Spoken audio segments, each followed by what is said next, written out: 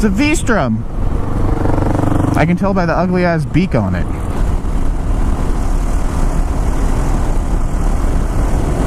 Oh, it blew off. The hand blew off at some point. I think it literally just blew off. I lost my hand. Well, howdy everyone. Hope everyone's having a great day today so far.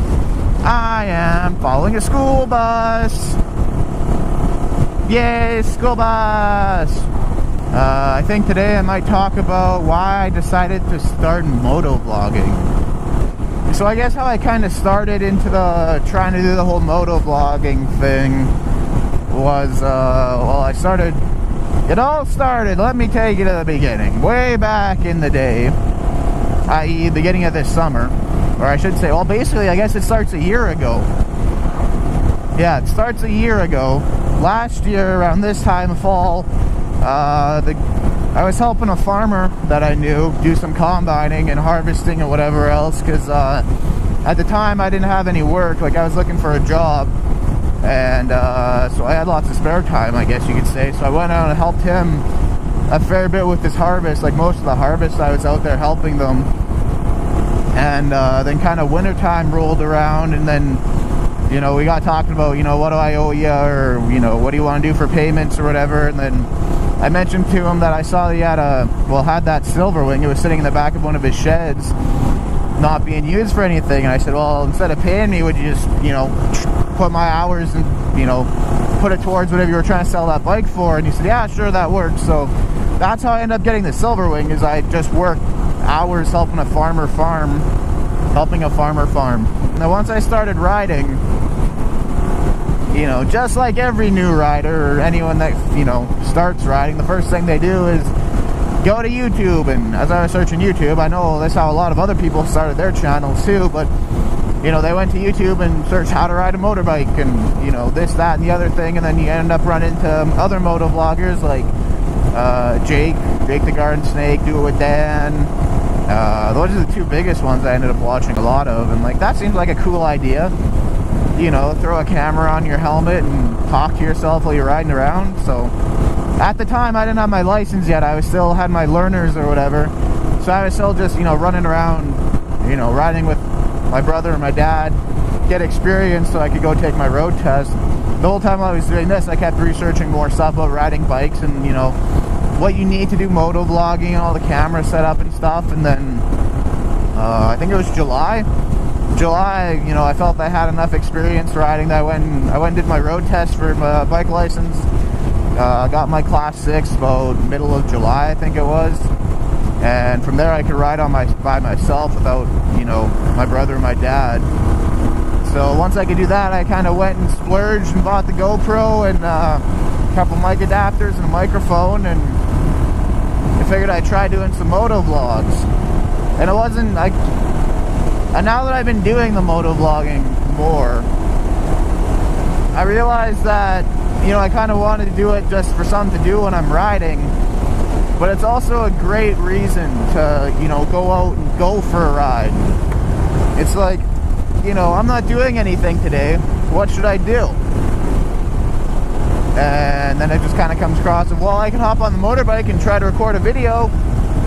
And then you can, like, justify going out riding because you're recording for a video. Like, it's just really another excuse or another reason to get on the bike and put some kilometers down. That's one of the biggest reasons I started it. And then I thought, you know, I kind of like playing around with video editing. That's kind of been a little hobby of mine since I was, you know, in high school. And so I figured, why not combine them and, you know, do some editing and go ripping around and throw them up on the internet, and if a few people want to watch me, then that's awesome. If no one watches me, I don't know, I'm not really doing it for the views. I didn't start motovlogging to try to become a huge YouTuber. I don't ever foresee that happening. I mainly started as just something to do, something to kind of kill some spare time I have, a hobby, I guess you could say. Another hobby on top of the hobby of riding motorbikes. Perfectly blend them. Or try to perfectly blend them anyway. Because, yeah, like, I have no real intentions of becoming a massive YouTuber. what, in my eyes, what would be ideal if I could get like 2 or 3 consistent viewers, you know, that like coming by, checking out the videos, leave a like or a comment. That's all I'm really looking for. Just maybe kind of build a little community. I don't know. If it happens, cool. If not, then I'll probably just keep doing my own thing. I don't care. Like I said, an excuse to go out and ride, an excuse to try different things, an excuse to go try to find geocaches, an excuse to go outside, really. Speedy McGee.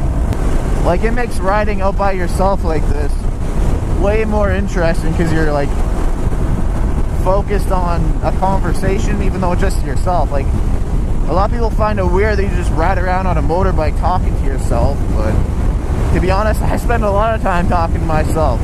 Like, I work as a welder, and most of the time when you're a welder, at least where I work as a welder in a shop, you're spending a lot of time like by yourself inside a tank, or, you know, by yourself on a table, and you just like, you have lots of time to think about stuff. You just kind of talk to yourself all the time. At least I do. I don't know. That's what I thought I could maybe try giving these, giving this whole YouTube motorbike camera microphone thing a try. So I don't know. That's kind of all I'm hoping for the channel, really. I'm really hoping I can come up with enough videos to keep videos going over the winter, which is like this last couple weeks, or last week, like this week that I'm in right now. I've been trying to record like at least, well, I'm trying to record as many videos as I possibly can. Like, I'm hoping I might even be able to get 2 videos recorded today. I'm trying out this new microphone. I went from like a no-name Amazon, you know, Amazon Basics, no-name $2 microphone to this Sony, I don't know what it is. It's the one that I've seen a lot of other people recommend. It's like a stereo microphone. But since it's a stereo microphone, it has a mic on like a left and a right side. And I didn't realize it didn't come with any of those like foam pad things, like a wind cover for the microphone. I didn't realize it came with any, and I only had the one for my old mic, so I've only got like half the microphone with that little foam pad thing on it. So I'm hoping, I did a few tests and the audio, like my voice sounds a lot clearer, but I had a lot of wind noise still, which is the biggest thing I was trying to get away from. But I'm hoping now that I, you know, try putting 2 of them on, once I can get 2 of them, then I will try it. And I don't know, even this video might be alright, might be too windy, I don't know. The struggles and tribulations of a motovlogger, I tell you what. I gotta ride like this because my tire's getting bald as shucks.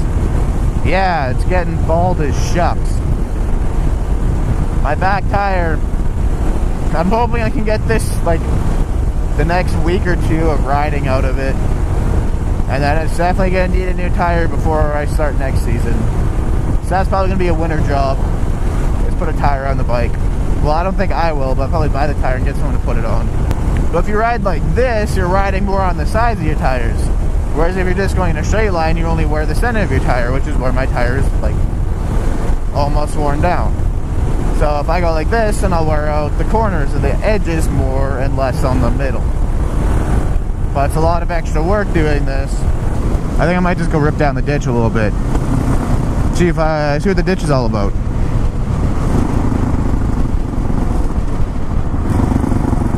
This seems like a good way into the ditch. I'm gonna want to pop this visor up though. No culverts. Mint.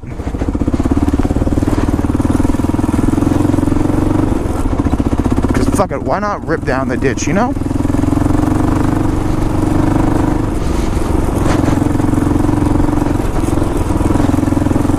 It's not the smoothest ride down here.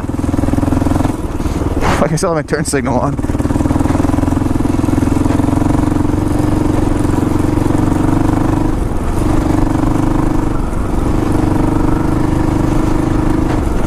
Oh, there's some good ones. Yeah, that's right, standing up. That's a smart thing to do, right? That way the bumps don't affect you.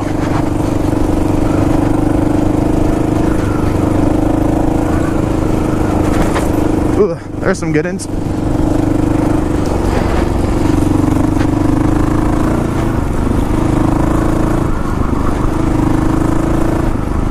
Hopefully it's not wet here.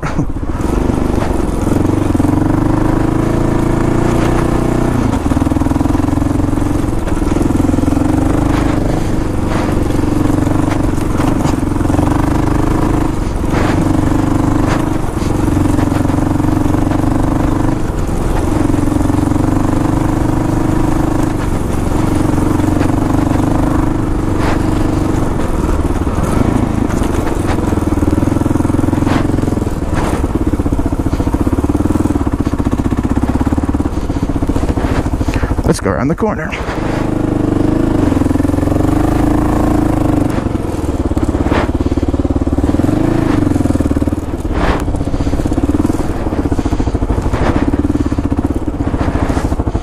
I guess I'll probably leave this video here as I'm stuck behind this Ford. But I'll leave this video here and we'll probably catch you guys in the next video. Peace!